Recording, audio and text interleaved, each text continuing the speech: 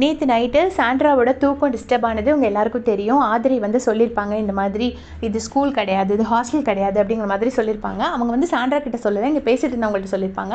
And Sabari Arora fun பண்ணிட்டு இருந்திருப்பாங்க கானா வினோத்தனா தலை ரூமில். அதுக்கப்புறமா வந்து இவங்க எல்லாமே போய் சாரி கேட்டிருப்பாங்க. பட் அவங்க அதை அக்செப்ட் பண்ணல, அது எல்லாமே தெரியும். அதை பற்றி இப்போ மார்னிங் டிஸ்கஷன் போயிட்டுருக்கு.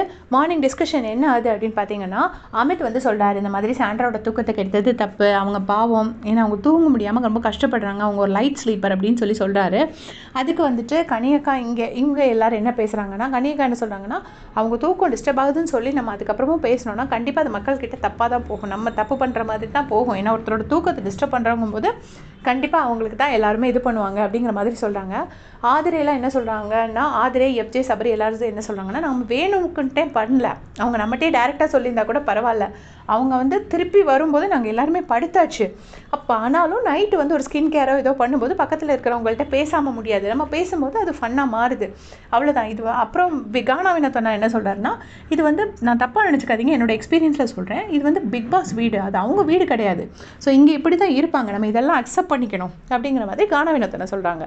அமித்தும் பார்வதி என்ன சொல்கிறாங்கன்னா, அவங்க தூங்க முடியலன்னு சொல்லும்போது நம்ம அவங்களுக்காக அக்செப்ட் பண்ணிக்கணும். யாராக இருந்தாலும் நைட்டு தூக்கத்துக்கு மேலே நைட்டு ஒரு டைமுக்கு மேலே வந்து தூக்கத்தை டிஸ்டர்ப் பண்ணுறது தப்பு அப்படின்னு சொல்கிறாங்க.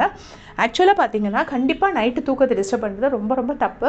ஏன்னா தூக்கம் இல்லைன்னா நெக்ஸ்ட் டே மார்னிங் ஃபுல்லாகவே டைமே ஓடாது, நமக்கு பிரெயின் வந்து சரியாக ஒர்க் ஆகாது. கண்டிப்பாக தூங்கணும். அது லைட் ஸ்லீப்பர்ஸ்க்கு தான் அந்த கஷ்டம்னு தெரியும். பட் ஸ்டில் இது பிக் பாஸ் வீடுனால இந்த மாதிரியெல்லாம் நமக்கு பிடிக்காததெல்லாம் பண்ணி நமக்கு மண்டை குடைச்சல் கொடுத்து அந்த மண்டை குடைச்சலை நம்ம எப்படி சர்வை பண்ணுறோங்கிறது தான் இந்த பிக் பாஸ் கேமே.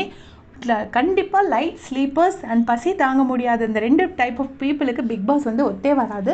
அதை தாண்டி அவங்க உள்ளே வந்தாங்க அப்படின்னா கண்டிப்பாக அவங்க அதை வந்து அந்த டார்ச்சரை அனுபவிச்சு தான் ஆகணும். அதுக்காக வேணும்ட்டு தான் என்னை வெளியே துரத்துறதுக்காக தான் பண்ணுறாங்கன்னு சொல்கிறதெல்லாம் சாண்ட்ராவோட இமேஜினேஷன். நிறைய இமேஜின் பண்ணுறாங்க, நிறைய விஷயங்கள். அதாவது என்ன நடந்தாலுமே அதை தன்னை நோக்கி அவங்களாவே திருப்பிக்கிட்டு, இது எனக்காக தான் நடக்குது, என்ன இது பழிவாங்க தான் நடக்குது, என்ன அனுப்புறதுக்கு தான் நடக்குது, இப்படியே அவங்க வந்து நிறைய விஷயங்கள் வந்து தப்பாக அசியூம் பண்ணிக்கிறாங்க. அசியூம் பண்ணுறது பத்தாததுக்கு நிறையா ரெஜிஸ்டர் பண்ணுறாங்க. ப்ளஸ் எக்ஸ்ட்ரா ஒரு மசாலாஸ் இந்த மாதிரி நிறைய ஆட் பண்ணி ஒரு நடக்காத இன்சிடென்ட்ஸை நடந்த மாதிரி காட்டி வேற சொல்கிறாங்க. ஸோ இதை பற்றி விஜய் சேதுபதி சாரை தான் சொல்லணும். அவர் ஸ்டார்டிங்கில் கொடுத்த உரம் தான் இவங்க இவ்வளோ தூரம் பேசுகிறதுக்கு அப்படின்னு நான் நினைக்கிறேன். சப்போஸ் அவரும் கொஞ்சம் ஸ்ட்ராங்காக நின்றுருந்தாருன்னா இந்த அளவுக்கு வந்திருக்க மாட்டாங்க. உங்களுடைய கமெண்ட்ஸ் சொல்லுங்கள்.